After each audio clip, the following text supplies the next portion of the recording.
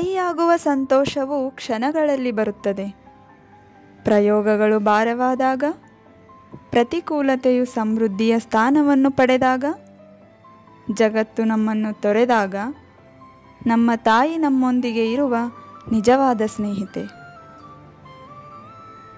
ಆದ್ದರಿಂದ ಹಾಲುಣಿಸುವ ತಾಯಿಗೆ ಪ್ರೋತ್ಸಾಹದ ಅಗತ್ಯವಿದೆ.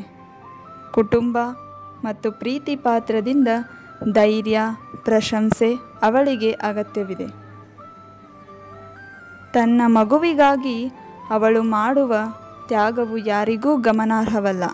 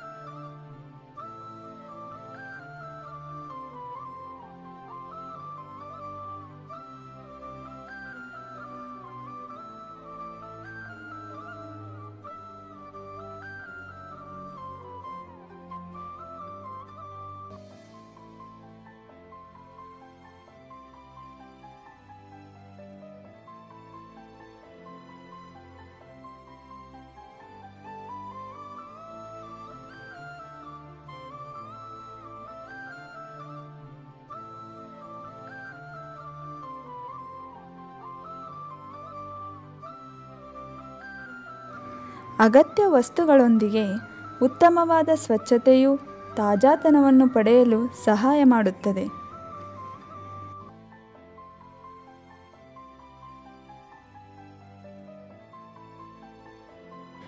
ಒಬ್ಬ ತಾಯಿಯು ತನ್ನ ಮಗುವಿಗೆ ಆರೋಗ್ಯಕರ ಎದೆಹಾಲು ನೀಡಬೇಕಾದರೆ ಪ್ರಾಮುಖ್ಯವಾಗಿ ಆ ತಾಯಿಯು ಸರಿಯಾಗಿ ಪೌಷ್ಟಿಕಾಂಶ ಹೊಂದಿರುವುದು ಅಗತ್ಯವಾಗಿದೆ.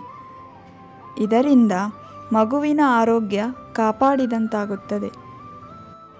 ತ್ವರಿತವಾದ ಆಹಾರ ಮತ್ತು ತಂಪು ಪಾನೀಯಗಳನ್ನು ಸೇವಿಸುವುದರಿಂದ ತನಗೆ ತಾನೇ ಹಾನಿ ಮಾಡಿಕೊಳ್ಳುತ್ತಾಳೆ ಮತ್ತು ವಿಶೇಷವಾಗಿ ಹಾಲುಣಿಸುವ ತಾಯಿ ಇದನ್ನು ಸೇವಿಸಿದಾಗ ಅದು ಮಗುವಿನ ಮೇಲೂ ಪರಿಣಾಮ ಬೀರುತ್ತದೆ. ಏಕೆಂದರೆ ತಾಯಿ ಇಂಥ ಆಹಾರ ತೆಗೆದುಕೊಂಡರೆ ಅದು ಮಗುವಿನ ಮೇಲೂ ಸಹ ವರ್ಗಾವಣೆಯಾಗುತ್ತದೆ.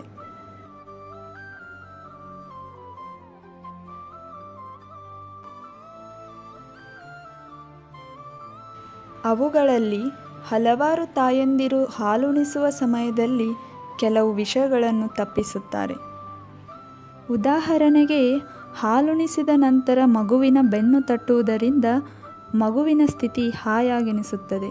ಅದನ್ನು ಕೆಲವು ತಾಯಂದಿರು ಮರೆಯುತ್ತಾರೆ. ತಾಯಿಯು ತನ್ನ ಮಗುವಿಗೆ ಹಾಲುಣಿಸುವಾಗ ಧನಾತ್ಮಕ ಆಲೋಚನೆಗಳನ್ನು ಹೊಂದಿರುವುದು ಅಗತ್ಯವಾಗಿದೆ. ಅಂತಹ ಯಾವುದೇ ಅಂಶಗಳಲ್ಲಿ ಅವರಿಗೆ ಯಾವುದೇ ರೀತಿಯ ಜ್ಞಾನದ ಕೊರತೆ ಇದ್ದರೆ ಅಂತಹ ಅಗತ್ಯಗಳ ಬಗ್ಗೆ ಅವಳನ್ನು ಒಪ್ಪಿಕೊಳ್ಳುವುದು ನಮ್ಮ ಕರ್ತವ್ಯ. ಅದರೊಂದಿಗೆ ನಾವು ನಮ್ಮ ಜ್ಞಾನದ ಬಗ್ಗೆ ಅವಳಿಗೆ ತಿಳಿಸುವುದು ತುಂಬ ಅಗತ್ಯವಾಗಿದೆ.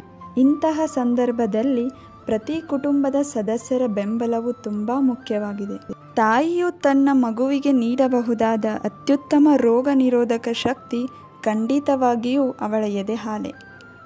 ಪೂರಕ ಆಹಾರದ ಆರಂಭಿಕ ಪರಿಚಯವು ಮಗುವಿನ ಆರೋಗ್ಯಕ್ಕೆ ಒಳ್ಳೆಯದಲ್ಲ. 6 ತಿಂಗಳವರೆಗೆ ವಿಶೇಷ ಸ್ತನ್ಯಪಾನವನ್ನು ಮಾಡಬೇಕು. ಇದು ಮಗುವಿನ ರೋಗ ನಿರೋಧಕ ಶಕ್ತಿಯಲ್ಲಿ ಪ್ರಮುಖ ಪಾತ್ರ ವಹಿಸುತ್ತದೆ.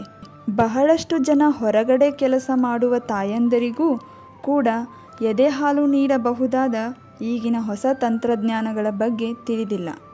ಎಲ್ಲ ತಾಯಂದಿರು ತಮ್ಮ ಮಗುವಿಗಾಗಿ ಮಾಡಬಹುದಾದ ಎಲ್ಲ ಆರೋಗ್ಯಕರ ವಿಷಯಗಳ ಬಗ್ಗೆ ಅವರಿಗೆ ಅರಿವು ಮೂಡಿಸಿ ನಮ್ಮ ಮುಂಬರುವ ಪೀಳಿಗೆಯನ್ನು ಒಬ್ಬರಿಗೊಬ್ಬರು ಪರಸ್ಪರ ಬೆಂಬಲಿಸೋಣ.